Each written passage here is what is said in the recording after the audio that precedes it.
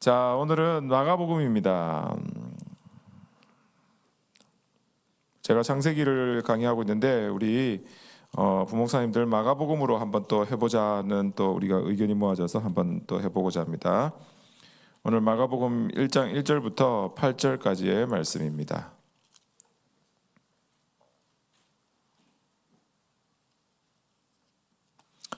마가복음 1장 1절에서 8절까지인데 저랑 한 절씩 우리 한번 교독해 보도록 하시겠습니다. 하나님의 아들 예수 그리스도의 복음의 시작이라. 선지자 이사야의 글에 보라 내가 내 사자를 내 앞에 보내노니 그가 내 길을 준비하리라. 광야에 외치는 자의 소리가 있어 이르되 너희는 주의 길을 준비하라. 그의 오실 길을 곧게 하라.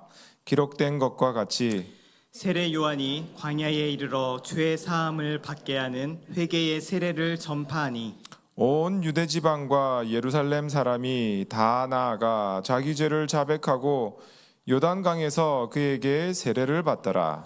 요한은 낙타털 옷을 입고 허리에 가죽띠를 띠고 메뚜기와 석청을 먹더라.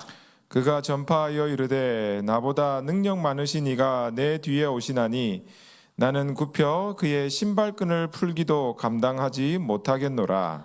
나는 너희에게 물로 세례를 베풀었거니와 그는 너희에게 성령으로 세례를 베푸시리라. 아멘. 아멘. 아멘. 오늘 우리 교회의 5월 첫째 주에 우리 부임하신 우리 정두진 목사님께서 여러분에게 수요일 날 첫 번째 오늘 설교를 하십니다. 마가복음 우리 1장 1절부터 8절까지의 내용으로 말씀 전해 주시는데 우리 정말 하나님께 감사하는 마음으로 큰 박수로 우리 정두진 목사님 환영하도록 하겠습니다.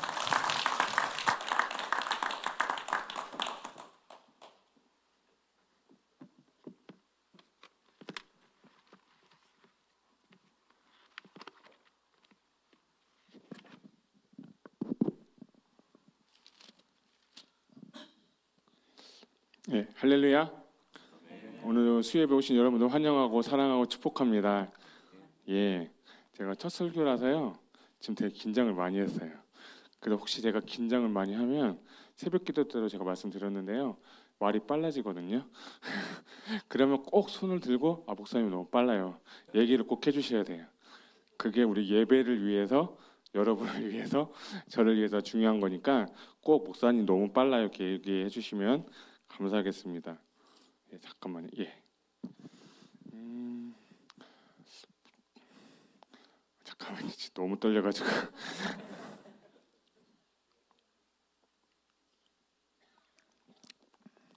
원래 설교하면 솔직히 잘 안 떨리거든요.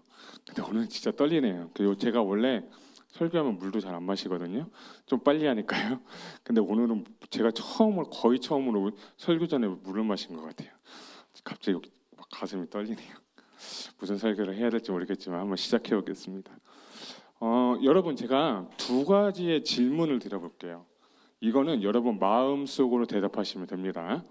자, 여러분 우리 구약은 몇 권이냐면 총 39권이죠. 그리고 신약은 27권입니다. 그래서 39, 27 외우기가 쉽죠. 그러면 여러분께 질문은 이 신약 성경에서 가장 제일 먼저 쓰여진 책이 무엇일까요?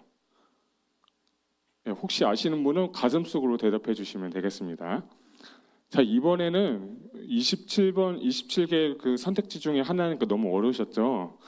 그래서 제가 OX 퀴즈를 하나 더 드리겠습니다. 이건 두 번째 퀴즈인데, 자, 우리가 마태복음, 마가복음, 누가복음, 그 다음에 뭐죠? 요한복음이죠. 자, 이 사복음서 중에 제일 먼저 쓰여진 책이 마태복음입니다. OX. 예, OX 마음으로 해주시는 겁니다. 절대로 손 들으시면 안 되고 말씀 안 되는데요. 자, 첫 번째 답은 학자마다 좀 다르긴 하지만 신약 성경에서 가장 먼저 쓰여진 책은 갈라디아서입니다. 사도 바울이 1차 전도 여행 후에 쓰여진 책이 갈라디아서고 어떤 또 다른 학자는 데살로니가 전후서다라고도 표현하는데 왜냐하면 사도 바울이 1차 전도 선교 후에 쓰여진 책이 갈라디아를 갔다 와서 또는 데살로니가 갔다 와서 쓴 책이 갈라디아서 또는 데살로니가 전후서이기 때문에 데살로니가 전후서 혹은 갈라디아서인데 대부분의 학자들은 이제 갈라디아서를 봅니다. 바울 서신 중에서. 자, 두 번째 질문. 마태복음, 마가복음, 누가복음, 요한복음 중에서 가장 먼저 쓰여진 책은 여러분 다 아실 거라 저는 믿습니다. 바로 마가복음입니다. 저는요 이거를 주일학교 이렇게 다니고 또 신학교까지 올라가면서도 솔직하게 몰랐어요. 그래서 이 대학교 1학년 2학기 때 신약 성서 개론이라는 그 과목을 배웠는데 그때 교수님이 알려주셨어요. 그래서 마가복음은 사복음서에서 가장 쓰여진 책이다라고 하는데, 자, 오늘 하나님 말씀 1장 1절 우리 다 같이 한번 읽어볼까요? 마가복음 1장 1절 읽겠습니다. 시작. 하나님의 아들 예수 그리스도의 복음의 시작이라. 아멘. 자, 그래서 저는 오늘 여러분께 말씀을 전할 때 무엇을 말씀드리고 싶냐면 복음서의 형성 과정에 대해서 여러분께 말씀을 드리고 싶습니다. 아까 제가 말씀드린 것처럼 우리가 읽을 때는 마태복음이 가장 먼저 있어서 마태복음이 대부분 성도님들이 제일 먼저 쓰여진 거라고 생각을 하는데, 우리가 오늘 배웠죠. 지금 마가복음이 제일 먼저 쓰여졌는데 왜 마가복음이 쓰여졌고 그 복음서가 쓰여지기까지 어떤 과정을 거쳤는지, 그리고 마가복음 1장 1절이 생기기 전에 어떤 이벤트, 어떤 말씀들이 있었는지 여러분과 먼저 좀 나누고자 합니다. 자, 이 복음서 하나님의 말씀을 이렇게 기록하기 위해서는 두 가지의 자료가 필요합니다. 첫 번째는 Q 자료라고 하는데 들어보신 분 계실 거예요. Q 자료라는 것이 있고 영어 Q 자료라는 것이 있고, 두 번째는 캐리그마라는 것이 필요합니다. 그러니까 복음서를 쓰기 위해서 마태의 관점, 마가의 관점, 누가의 관점, 요한의 관점이 이 복음서를 쓰기 위해서는 두 가지의 이 자료, Q 자료와 캐리그마의 자료가 필요한데, 먼저 이 Q 자료라는 것은 뭐냐면 이 Q 자료는 입에서 입으로 전해졌던 구전의 내용을 문서화한 것이 바로 Q 자료입니다. 이 Q 자료의 내용은 예수님에 관한 이야기, 그 사건, 그 예수님의 말씀과 가르침이 주된 내용이었어요. 그래서 복음서가 쓰여질 때 우리가 4대 사복음서를 보면 예수님의 탄생, 예수님의 사역, 예수님의 십자가, 예수님의 부활, 그 예수님의 승천 이야기가 모든 복음서마다 서두에서부터 끝까지 다 기록되어 있는 것이 대부분의 예수님의 큐자로 그 예수님의 설화, 말씀들, 가르침을 가지고 작성된 것이 바로 복음서이기 때문에 큐자로는 것이 너무나도 필요했습니다. 자, 그런데 이 큐자로를 가지고 복음서를 썼다고 하면, 이 큐자로만 갖고 썼다고 하면 이것은 한 인생의 일대기를 적은 것밖에 되지 않습니다. 쉽게 표현하면 예수님의 위인전, 그 예수님의 일대기 이런 걸로 우리가 볼 수도 있어요. 그런데 복음서가 이 사실인 이 큐자로가 진리인 말씀으로 되기 위해서는 뭐가 필요하면 바로 캐리그마라는 것이 필요합니다. 여러분 들어보신 적 있으실 텐데요.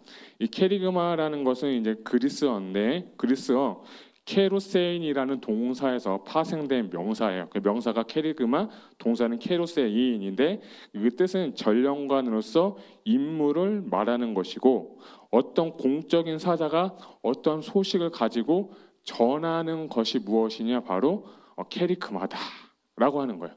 그러니까 어떤 전령관이 어떤 사건에 갖고 있는 그 메시지를 갖고 있는 사람이 전하는 것이 뭐냐고, 선포하는 것이 뭐냐면 캐리그마라는 거예요. 그래서 오늘 1장 1절에 보면 하나님의 아들 예수 그리스도의 복음의 시작이라 할 때, 복음이 뭐냐면 여러분 다 잘 아시죠? 가스펠, 굿뉴스, 좋은 소식, 이것을 선포하는 행위가 뭐냐면 그 메시지가 바로 캐리그마라는 거예요. 이 특별히 이 마가복음의 1차 원수신자는 로마 시대 사람들이었어요. 그러니까 로마 시대 사람들에게 복음 또는 캐리그마라는 것은 뭐냐면, 그 당시 복음 또는 캐리그마를 선포한다는 것은 어떤 전령관이 와서 우리나라가 전쟁에서 승리했다, 이게 최고의 좋은 소식이겠죠. 또는 어떤 전령관이 와서 이 시간 우리 로마의 어떠한 그 황제가 즉위를 한다, 그것을 선포하는 행위가 유한겔리온 복음, 그것을 선포하는 것이 바로 복음이라는 거예요. 그래서 1장 1절에 예수 그리스도 하나님의 아들 예수 그리스도의 복음의 시작이라고 할 때 이 1장 1절을 들은 이 로마의 사람들은 이미 다 깨달았어요. 아니, 저 말은 우리 황제한테 높은 사람한테 캐리그마 전령이 와서 선포하는 내용인데 그게 예수 그리스도가 와서 하는 선포구나 하는 것을 그때 이미 원 독자들이 깨닫게 되었어요. 그래서 아까 말씀드린 것처럼 Q자료만 갖고 복음서를 쓴다고 하면 예수님의 일대기, 예수님의 위인전이 되지만 캐리그마에 갖고 있는 이 복음서의 내용은 뭐냐면 하나님 사자의 외침, 고지, 선포라는 뜻인데 이 내용이 너무나도 중요합니다. 한번 고린도전서 2장 1절과 2절 한번 보도록 하겠습니다. 같이 읽을까요? 시작. 형제들아, 내가 너희에게 나아가 하나님의 증거를 전할 때에 말과 지혜의 아름다운 것으로 아니하였나니 내가 너희 중에서 예수 그리스도와 그가 십자가에 못 박히신 것 외에는 아무것도 알지 아니하기로 작정하였습니다. 아멘. 아까 서두에 제가 말씀드린 것처럼 복음서보다 더 먼저 쓰여진 것이 바울 서신서입니다. 그리고 복음서는 예수님께서 돌아가신 후에 AD 60년부터 90년대에 이르러서 복음서가 쓰여졌고 그 전에 아까 말씀드렸던 서신서들이 먼저 쓰여졌는데 이 서신서들이 쓰여지고 서신서들의 최고의 뼈대의 메시지는 뭐냐면 예수 그리스도의 십자가와 부활을 증거한 거예요. 사도 바울도 고린도전서 2장 2절에 제가 다시 읽으면 예수 그리스도와 그가 십자가에 못 박힌 것 외에는 아무것도 알지 아니하기로 작정하였다라고 하면서 이 초대교회 성도들, 초대교회 교부들, 초대교회 그 당시 사도들 또 사도들한테 배운 사람들은 속사도라고도 하는데요. 그들의 메시지는 뭐냐면 캐리그마, 예수 그리스도가 메시아다. 예수 그리스도가 십자가에 죽었고 부활하셨고 승천하셨고 다시 주님은 재림하실 거다 라고 하는 것이 그들의 최고의 메시지고 뼈대 에센셜의 메시지인 거예요. 자, 그래서 그것을 믿는 자가 어떻게 되는 거예요? 구원을 얻게 되는 것이고 예수 그리스도의 십자가의 복음을 깨닫는 자가 하나님 나라에 들어갈 수 있다는 것이 캐리그마의 메시지가 되는 거예요. 그 메시지가 어디에? 복음서에 반영이 되어서 그 복음서의 메시지가 팩트가 이 캐리그마를 통하여서 진리가 되게 되는 것입니다. 그래서 성경은 뭐라고 하냐면 진리라고 합니다. 그러면 한 구절 더 볼게요. 마가복음 1장 14절과 15절 한번 읽겠습니다. 시작. 요한이 잡힌 후 예수께서 갈릴리에 오셔서 하나님의 복음을 전파하여 이르시되 때가 찼고 하나님 나라가 가까이 왔으니 회개하고 복음을 믿으라 하시더라. 아멘.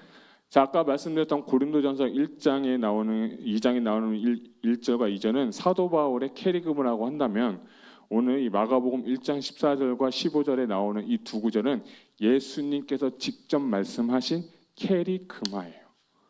예수님이 뭐예요? 때가 찼고 하나님 나라 가까이 왔으니 회개하고 복음을 믿으라 하면서 예수님께서 첫 일성의 메시지가 뭡니까? 하나님 나라가 가까이 왔다. 회개하고 복음을 믿으라. 아까 1장 1절은 뭐예요? 예수 그리스도의 복음의 시작이라 라고 하면서 예수님께서 이제 공생의 사역을 시작하시면서 캐리그마의 메시지를 가지고 이제 그 메시아가 누구냐? 바로 내가 왔다 라고 하면서 가르쳐 준 사건이 뭐냐면 이 마가복음 1장을 이야기하는 것입니다. 아까 말씀드린 것처럼 복음이라는 것은 헬라어로 유안겔리온이라는 뜻인데 문자적으로 복된 소식을 의미하는 것입니다. 그러면 여러분이 생각하는 복음은 무엇입니까? 아마 유튜브를 보시거나 성경책을 보시거나 설교를 통해서 복음이라는 것의 정의에 대해서 엄청나게 많은 것을 들으셨을 텐데요. 여러 정의가 있고 여러 그 의미들이 있겠지만 저는 한 두 가지 정도 본다면 첫 번째는 복음은 예수 그리스도이십니다. 여러분 그리스도라는 단어는 이제 한국어인데요. 이게 이제 헬라어는 크라이스트 그리스도고 히브리어는 메사야라고 하고 한국어로 다시 또 풀어듣는다면 기름 부음 받은 자다라고 하는 것이 그리스도 메시아 기름 부음 받은 자다라고 해서 이 예수님 그 자체가 복음이라는 거예요.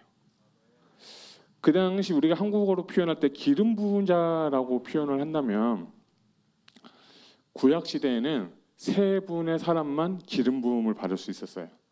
첫 번째는 왕만이 기름을 부음 받을 수 있었고, 두 번째는 선지자가 기름 부음을 받았습니다. 우리가 요즘 열왕기 상하 공부하고 이렇게 묵상하면서 엘리야가 엘리사에게 또 기름 붓는 사건들이 있었죠. 그래서 선지자가 기름 부음을 받고, 세 번째는 제사장 임명식을 할 때 이 아론 레위기에 보니까 모세가 아론의 아들들에게 정결 예식을 하고 머리에 기름을 붓는 사건이 이렇게 기록이 되어 있거든요. 그러니까 예수님께서 기름 부으심 받은 자는 것은 뭐냐면 우리 인생의 왕으로 오신 분이고, 우리에게 예언을 가르치신 말씀을 가르친 선지자로 오신 분이시고, 또한 제사장으로서 우리가 예수 그리스도의 십자가를 통과하여서 하나님과 우리 사이에 멀어졌던 그 담을 중재해 주시는 제사장으로 오셔서 그분이 자체가 복음이고 그분 자체가 메시아라는 겁니다.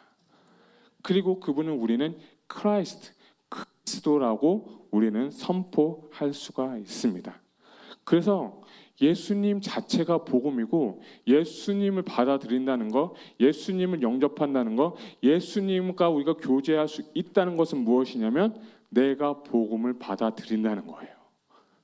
그래서 이것이 얼마나 놀라운 소식이고 구원을 얻는 우리에게 하나님의 능력이 되고 기쁜 소식이 되는 줄 믿으시기 바랍니다. 이 마가복음은 제가 서론을 하지 않았지만 마가복음에 독특한 문체가 있습니다. 그것은 뭐냐면 명령체입니다. 그리고 선포하고 선언해 버리는 겁니다. 1장 1절을 보면 여러분이 믿든지 말든지 동의하시든지 동의하시지 않든지 하나님의 아들 예수 그리스도의 복음을 시작이라 라고 하면서 그 문체가 뭐냐면 선포해버리고 선언해버리는 거예요. 그러니까 복음이라는 것은 여러분이 믿든지 안 믿든지 수용하든지 수용하시지 않든지 간에 하나님의 말씀을 선포하고 선언해버리는 거예요. 그래서 오늘은 우리가 배울 것은 무엇이냐면 하나님의 말씀을 갖고 하나님의 말씀을 깨닫고 우리가 정말 그리스도를 주로 믿는다면 그 복음을 이 마가복음의 기자처럼 선언하시기를 주님의 이름으로 축복합니다. 예수님이 그리스도다. 예수님은 우리의 메시아다. 예수님은 우리의 선지자요 왕이요 제사장으로 오신 분이시기 때문에 우리가 그분의 자녀고 그분의 백성이고 그분과 함께 동행하고 있다는 그 자신감이 저와 여러분 가운데 있기를 주님의 이름으로 축복합니다. 되게 마가복음 연구하면서 우리가 잃어버린 게 뭐냐면 복음의 담대함을 좀 많이 잃어버렸구나. 세상 눈치 보고 사람들이 어떻게 될지 모르고. 그런데 아까 말씀드린 것처럼 마가복음은 60년대에서 90년대 사이에 복음서가 쓰여졌다고 말씀드렸는데 그 당시는 어떤 사건이냐면 네로 황제가 핍박하던 로마 시대에 엄청나게 어려운 시기였어요. 그런 시대에 예수 그리스도가 예수님이 우리의 그리스도시고 복음이고 메시아다라고 선언하는 게 어떻게 보면 그들에게는 목숨을 걸고 하는 거예요. 그래서 저 이 말씀 준비하면서 초대교회 성도들은 이렇게 복음을 담대하게 전했는데 우리는 저 여러분 말고 저는 솔직히 그분들에게 비하면 아무것도 아니구나 하면서 좀 많이 회개했습니다. 우리 안에 필요한 건 무엇일까요? 우리 안에 잃어버린 건 무엇일까요? 복음에 대한 열정이 사라졌다는 거예요. 여러분, 우리는 복음에 대한 열정이 다시 한번 살아낼 줄 저는 믿습니다. 어떻게 보면 그 로마 시대보다 지금 이 시대가 주님이 오실 마지막 때가 더 가까웠다고 저는 생각을 해요. 그때 초대교회 성도님들은 예수님이 승천하시면서 내가 올 테니까 기다리라고 하면서 예수님 이제 금방 오시니까 그것에 대해서 믿고 따랐기 때문에 핍박이 와도 환난이 와도 어려움이 와도 죽음이 와도 경제적인 어려움이 와도 시험이 와도 낭망돼도 복음을 전했다는 거예요. 그래서 복음서를 기록할 필요가 없었어요. 왜냐하면 진짜 예수님 말씀 믿고 주님이 이제 곧 오시기 때문에 예수님의 설화 아까 큐자로에 대해서 말씀을 나눌 필요가 없었어요. 적을 필요도 없었고 기록할 필요도 없었어요. 그런데 그것이 시간이 지나면서 기록해야겠다라고 하면서 쓰여진 문서들이 사복음서이기 때문입니다. 그래서 저는 여러분들이 예수 그리스도를 영접하시고 다시 한번 복음을 확실하게 믿는 저 여러분 되시기를 주님의 이름으로 축복합니다. 저희 마태복음 11장 3절부터 5절까지 한번 선포하겠습니다. 시작. 예수께 여짜오되 오실 그이가 당신 오니까 우리가 다른 일을 기다리오까. 예수께서 대답하여 가라사대 너희가 가서 듣고 보는 것을 요한에게 고하되 소경이 보며 안진뱅이가 걸으며 문둥이가 깨끗함을 받으며 귀 머리가 들으며 죽은 자가 살아나며 가난한 자에게 복음이 전파된다 하라. 아멘. 이 말씀의 배경은 뭐냐면 여기 마태복음에 나오는 사건인데요. 이 세례 요한이 복음을 전하다가 잡혔어요. 그 잡히고 나서 이제 자신의 사명을 깨달은 이 세례 요한이 이따 말씀드리겠지만 너무 낙담되는 거예요. 그 제자를 한 명 보내서 당신이 진짜 예수님입니까? 당신이 진짜 메시아입니까? 라고 당신이 진짜 복음 자체십니까? 라고 물어본 거예요. 그러니까 이 예수님께서 대답하시는 게 소경이 보고 안진뱅이가 걷고 문둥뱅이가 깨끗함 받고 귀머거리가 듣고 죽은 자가 살아나고 가난한 자에게 복음이 전파된다 하라. 이 얘기를 제자를 통해서 세례 요한한테 얘기했어요. 다 기록되진 않겠지만 세례 요한은 이 말씀 듣는 순간 그분이 메시아인 것을 확실하게 깨달았을 거예요. 왜냐하면 메시아, 기쁜 소식, 복음 소식은 이렇게 소경과 안진뱅이와 문둥병이와 죽은 자 그런 귀머거리들이 살아나는 역사가 바로 복음이기 때문입니다. 여러분 우리 인생 가운데 주님이 오시면 살아나게 되는 줄 믿으시기 바랍니다. 정말 복음을 믿고 예수 그리스도가 내 인생 가운데 오면 죽은 자도 살리신다고 한다면 우리가 육체적으로 죽진 않았지만 내 마음이 죽었고 내 마음이 지금 갈팡질팡하다면 예수님을 영접하시기 바랍니다. 그분만이 생명이십니다. 그분만이 우리의 희망이십니다. 그분만이 우리의 소망이시기 때문에 다시 한번 복음을 깨닫는 저와 여러분 되시기를 주님의 이름으로 축복합니다. 두 번째로 복음을 또 저는 이렇게 정의하고 싶습니다. 복음은 하나님 나라다라고 저는 표현하고 싶습니다. 자, 마가복음 1장 15절 한번 읽도록 하겠습니다. 맞나요? 제가 마가복음 1장 15절 읽어드리겠습니다. 이르시되 때가 찼고 하나님 나라가 가까이 왔으니 회개하고 복음을 믿으라 하시더라. 아멘. 마가복음 1장 15절에 보니까 예수님은 이제 하나님의 나라가 도래했다는 거예요. 예수님은 개인적인 삶을 통해서 구원의 역사, 복음을 전하셨다면 이제 우리만 개인적으로 믿는 게 아니라 이제 주님은 뭘 말씀하시냐면 나라라는 개념을 쓰시면서 복음을 믿는 자들에게 하나님의 나라가 가까이 왔고 그 회개하고 복음을 믿으면서 하나님 나라의 확장을 말씀하시는 거예요. 그래서 복음을 깨달은 자들은 하나님 나라가 확장될 수밖에 없는 거예요. 어제 제가 이제 이렇게 감사하게 제가 쓰임 받아서 어제 수가성 여인에 대해서 말씀을 잠깐 나누었는데 요한복음에 나오는 수가성 여인 나오는데 수가성 여인은 예수님을 만나니까 그 즉시 복음을 깨달으니까 무슨 일을 했냐면 그 동네로 들어가 가지고 복음을 전파한 거예요. 그 수가성 여인이 성경 말씀을 알았을까요? 수가성 여인이 히브리어를 많이 알았을까요? 수가성 여인이 막 예배를 잘 드렸을까요? 우리처럼 이렇게 현대식이고 좋은 예배였을까요? 그녀의 고백이 뭐예요? 우리는 지금 이방인이고 사마리아인인데 당신들은 지금 이곳에 말고 저곳 꼭 하나님께서 예배하신 그곳에 가서 예배드린다고 했는 그 말을 유추해 보면 정말 우리가 볼 때 유대인들이 볼 때 정직하게 완벽한 예배를 단 한 번도 드렸지 않았을 것 같아요.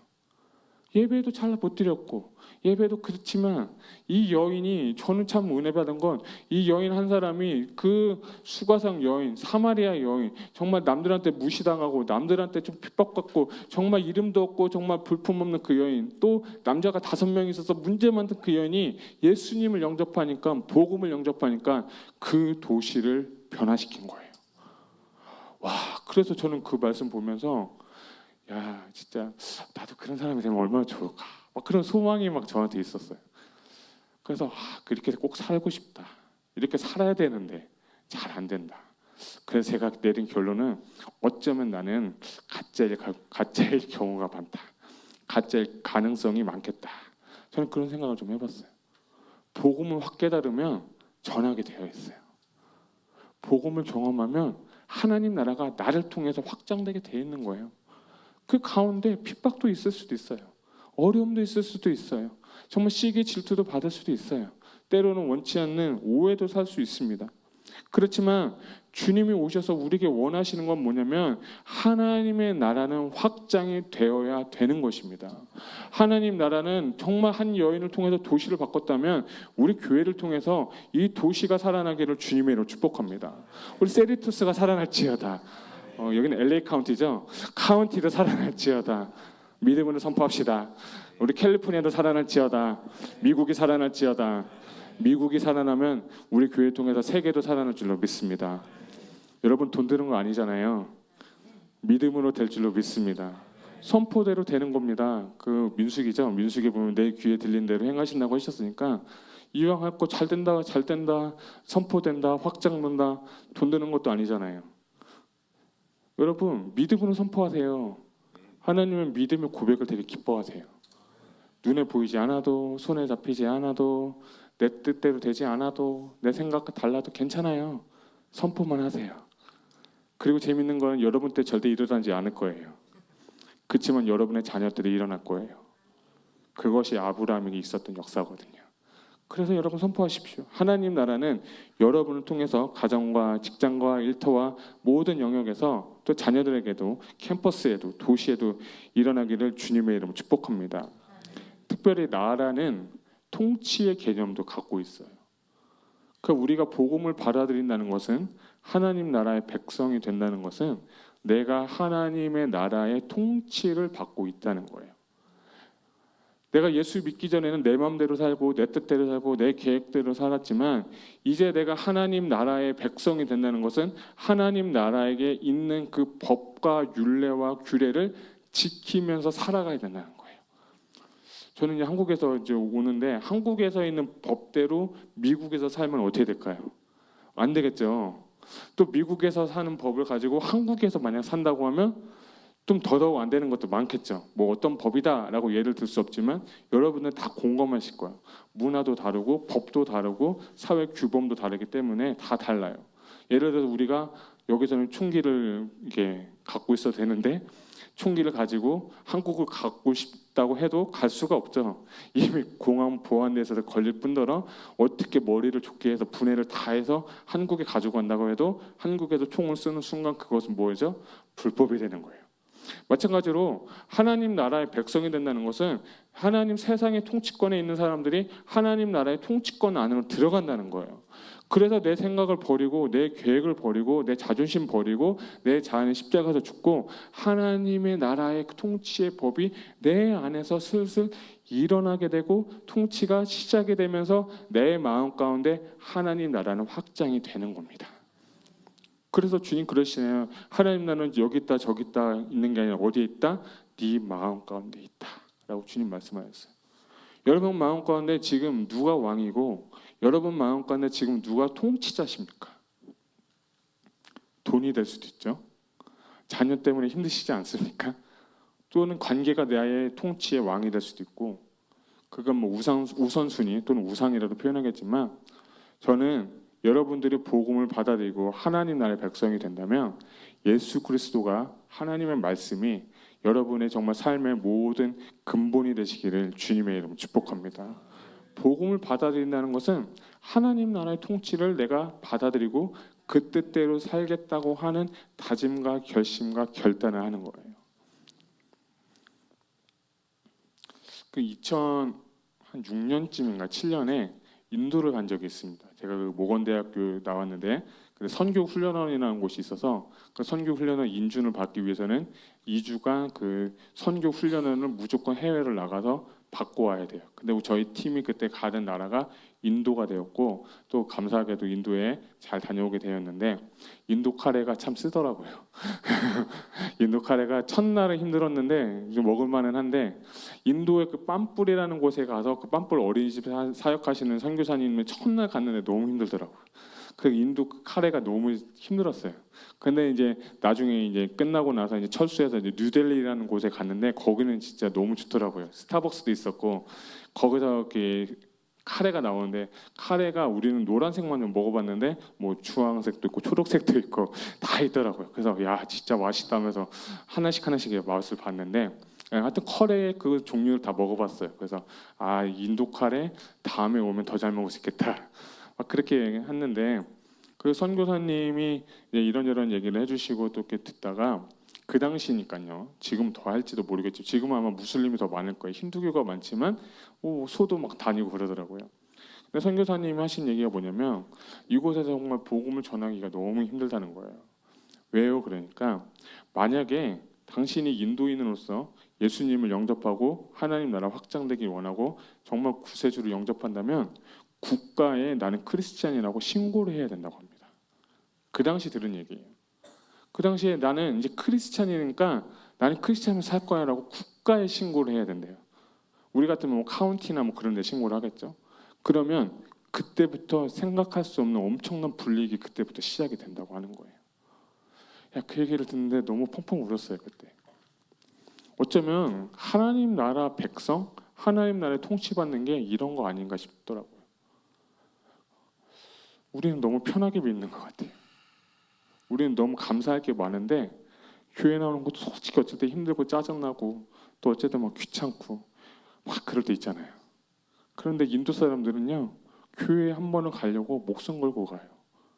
오늘 나온 이 마가복음의 원독자들 로마인들이겠지만 그 네로의 핍박 가운데서도 복음 하나 지키려고 하나님 말씀 한번 지키려고 살았다는 거예요. 우리와 너무 다른 상황이고 다른 환경인 것 같아요. 근데 우리가 그런 삶을 살아야겠다, 우리가 그렇게 살아야겠다고 막 그런 거를 저는 이렇게 막 하는 게 아니라 어쩌면 우리 마음 가운데만이라도 그런 감사한 마음들이 우리 안에 있어야 될 줄 저는 믿습니다. 그래서 그거 진짜 하나님의 통치를 받는 거예요. 하나님 나라의 통치를 받는 건 힘들고 어렵고 괴롭고 불이익을 받을지라도 혹은 내가 가족들한테 멸시를 받을지라도 그것을 감수하겠다는 다짐과 결심이 저는 하나님 나라의 백성인 거라고 저는 믿습니다. 여러분 그런 마음이 여러분 가운데 있기를 주님의 이름으로 축복합니다. 그런 마음이 여러분께 막 나가세요. 세례 요한처럼 뭐 광야에 가세요. 뭐 여러분 집 팔으시고 비즈니스 다 정리하시고 선교지를 갑시다. 저는 그런 걸 원하는 게 아니에요. 여러분의 있는 위치에서 단 한 명의 사람이라도 단 한 사람이라도 변화시킬 수만 있다면 여러분 통해서 하나님 나라가 내 마음과 그 확장이 될 수만 있다면 주님은 그것을 통해서 기뻐하실 줄 저는 믿습니다.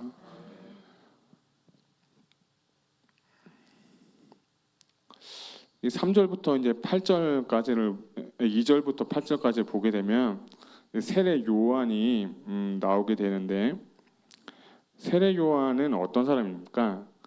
세례 요한은 참 예수님이 표현하기에는 여자가 낳은 중에 최고다 이렇게 표현하는 사람이 세례 요한이었잖아요. 그런 표현을 보면서 야 세례 요한은 대단한 사람이다. 어떻게 저런 찬사를 받을 수 있을까? 그 생각도 이제 들면서 세례 요한의 삶을 저는 말씀드리는 건 왜 이 마가복음 기자는 1장 1절에 복음을 선포하고 2절부터 8절까지는 왜 세례 요한의 그 말씀을 이렇게 적었을까라고 하는데 첫 번째는 예언의 성취이기 때문에 이 말씀을 적은 것입니다. 말라기 3장 1절 한번 보여주시겠어요? 말라기 3장 1절. 네, 같이 한번 선포하겠습니다. 시작. 만군의 여호와가 이르노라 보라 내가 내 사자를 보내리니 그가 내 앞에서 길을 예비할 것이요 또 너희의 구하는 바 주가 호련히 그 전에 임하리니 곧 너희의 사모하는 바 언약의 사자가 임할 것이니라. 아멘. 자, 이 말씀하고 1장 2절을 보게 되면 선지자 이사야 그래 보라 내가 내 사자를 내 앞에 보내오노니 그가 내 길을 준비하리라. 광야에 외치는 소리가 있어 이르되 너희는 주의 길을 준비하라. 그의 오실 길을 곧게 하라. 기록된 것과 같이. 아멘. 이 말씀은 뭐냐면 세례 요한의 탄생은 이미 구약 시대, 말라기 시대, 또 이사야 그 시대에 이미 예언이 되었고 그 예언된 한 사람이 누구냐? 세례 요한이었고 세례 요한은 말씀의 성취를 이룬 사람이기 때문에 저는 의도적으로 마가가 이 2절과 3절을 기록됐다고 생각합니다. 그러니까 하나님의 예언의 말씀, 하나님의 말씀은 땅에 떨어지지 않고 반드시 일어나는 줄 믿으시기 바랍니다. 그래서 그 세례 요한은 그 아버지 사가랴하고 그는 대제사장의 집안이고 그 이제 제사장들이 그 당시에 24 반열이어서 그 반열대로 가면서 이제 지성소에 들어가서 일주일 동안 기도하는데 8번째 반차를 따라서 사가랴의 집에 갔어요. 쉽게 표현하면 이 세례 요한의 삶은 정말 풍족한 삶이었어요. 어쩌면 그 당시 상류층의 사람이었어요. 그런데 그가 저는 이사야의 말씀과 오늘 이 말라기의 말씀을 듣고 그가 깨달은 다음에 한 행동이 뭐냐면 자신의 모든 삶을 다 버려버리고 광야로 나갔다는 거예요. 자신의 사명을 깨달은 거예요. 자신의 부르심을 깨달은 거예요. 복음을 경험하니까, 복음을 체험하니까 자신의 사명을 깨닫고 이 안락하고 편안한 것을 다 벗어버리고 자신의 사명이 뭔지를 알았어요. 나의 길은 예수 그리스도가 오시는 길을 예비하는 것이구나. 그 믿음 갖고 어디 갔어요? 광야에 간 거예요. 광야에 갔더니 어떻게 해요? 6절 보니까 요한은 낙달 털옷을 입고 허리에 가죽띠를 띠고 메뚜기와 석청을 먹더라 라고 하면서 정말 안락한 삶을 다 벗어버리고 광야에 가서 그곳에서 세례를 베푸는 삶을 살고 예수님이 오시는 길을 예비했다는 거예요. 그러니까 이 마가가 의도적으로 저는 이 세례 요한을 기록했다고 저는 생각을 해요. 복음을 아세요? 복음을 받아들이셨어요? 그러면 사명대로 사시길 축복합니다. 아까 말씀드린 것처럼 그 수가성 여인도 예수님 만나니까 사명을 깨닫고 그 도시를 변화시킨 거예요. 세례 요한도 그 사명을 깨달으니까 자신의 오실 예수님이 오실 그 길을 예비하는 이 광야에서 외친 한 사람의 소리가 된 거예요. 그의 인생은 처참하게 헤롯 왕에 의해서 목이 잘려서 죽지만 그럼에도 불구하고 그 사람은 자신의 사명을 순교하기까지 지키면서 그 삶을 라이프 스타일을 살았다는 거예요. 저는 오늘날 이것이 되게 중요하다고 생각합니다. 힘들고 어려울지라도 나에게 주신 사명, 나에게 주신 부르심, 나에게 주신 그것을 깨닫는 자가 되시기를 주님의 이름으로 축복합니다. 7절과 8절을 한번 보게 되면 그가 전파에 이르되 나보다 능력 많은 신이가 내 뒤에 오시나니 나는 굽혀 그의 신발끈을 풀기도 감당하지 못하겠노라. 나는 너에게 물로 세례를 베풀었거니와 그는 너에게 성령으로 세례를 베푸시리라. 아멘. 7절에 보니까 신들매를 푼다라는 그 표현은 뭐냐면 그 당시 근동지방, 중동지방의 사회적인 풍습과 관련이 있는 거예요. 그것은 뭐냐면 주인이 밖에서 돌아오면 종이 그 주인의 발에 신발끈을 풀고 그 발을 씻긴 후에 물로 씻긴 후에 이렇게 방으로 들여보내는 게 종의 역할이었어요. 그러니까 세례 요한은 자신의 사명은 뭐냐면 내가 그분의 신발끈을 감당하기도 어려운 나는 그분의 종일 뿐이다. 너희가 나를 선지자다, 너희가 나를 주님의 오시는 길을 예배하는 자다라고 취향할지라도 나는 그것이 아니라 나는 그분의 신발끈을 감당하기도 어려운 자다라고 하면서 그분의 온전히 사역에 집중하고 예수님만 높여드리고 자신은 철저하게 낮아지고 철저하게 죽어지고 철저하게 하나님의 뜻을 이루기 위해서 자신을 포기한 사람이 누구냐면 바로 세례 요한인 거예요. 여러분 사명을 받으셨으면 이미 죽은 줄 저는 믿습니다. 내가 십자가에서 죽었다가 아니라 갈라디아 2장 20절에 나는 이미 그리스도와 함께 십자가에 못 박힌 바 되었다라고 말씀되어 있어요. 나는 이미 죽은 거예요. 나는 이미 주님 안에 의해서 주님의 말씀에 의해서 십자가에서 나는 이미 죽은 줄 저는 믿습니다. 그런데 아직도 내 안에는 혈기, 내 안에는 부패함, 내 안에는 그 앵거, 내 안에 있는 그 낙담들, 내 안에 있는 모든 것들이 왜 이렇게 많은지 모르겠어요. 예수님을 섬기는데. 그래서 저는 정말 주님을 닮아가는 여정 가운데 하나님께서 우리 공동체를 주시고 이 공동체를 통해서 다 같이 예수님을 닮아가는데 한 분 한 분을 저는 보내주신 줄 저는 믿습니다.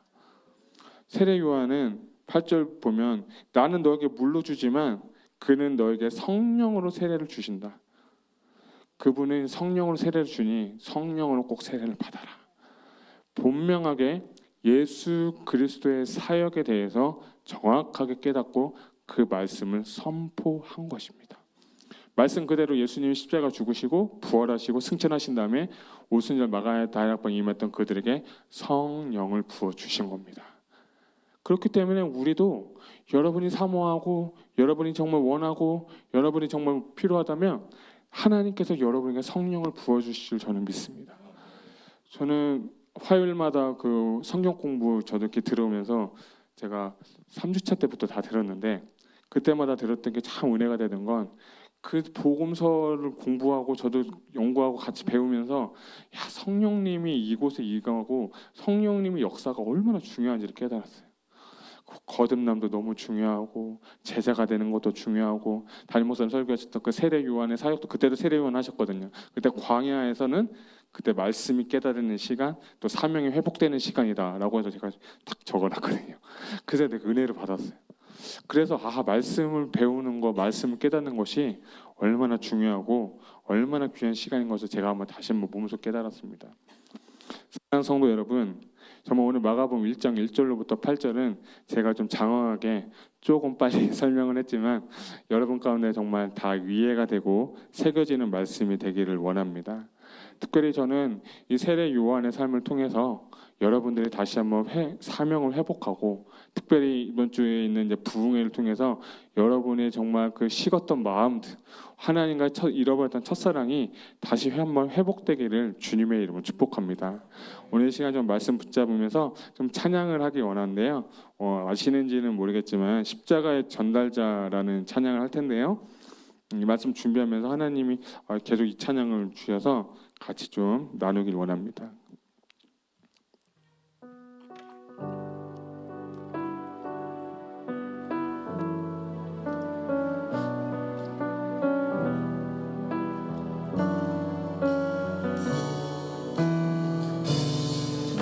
지극히 작은 자 죄인 중에 괴수 유익한 날 부르셔서 간절한 기대와 소망 부끄럽지 않게 십자가 전개 우리 한번 다시 처음부터 찬양합니다.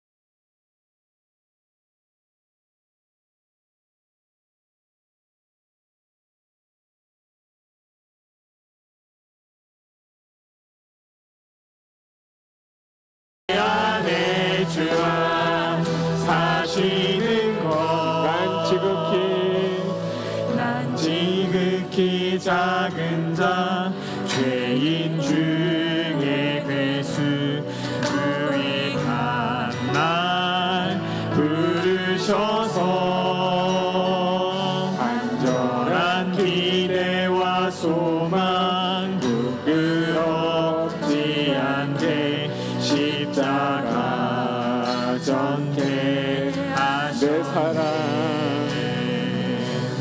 내 사랑 나의 십자가. 오늘 이 시간 한번 말씀 붙잡고 한번 기도하기를 원합니다. 하나님, 내 안에 복음이 확실하게 다시 한번 깨달아지기를 원합니다. 내 안에 하나님 나라가 확장되어지기를 원합니다. 하나님, 나를 통해서 당신의 나라가 확장되게 하여 주시옵소서. 세례 요한이 당신의 사명을 깨닫고 하나님 그 사명대로 정말 사는 것처럼 주여 나에게 주신 부르심과 나에게 주신 사명과 나에게 주신 소망을 아버지 이루어드려 하나님, 내가 살아도 주를 위해 살고 내가 죽어도 주를 위해 살고 내가 정말 주님의 십자가를 전하는 자가 되기를 원합니다. 하나님, 그렇게 나를 사용하여 주시옵소. 우리 공동체를 그렇게 사용하여 주시옵소. 오늘 이 시간 주님 말씀을 잡고 다 같이 주님의 이름 한번 크게 부르시고 통성으로 기도하겠습니다. 시작. 주여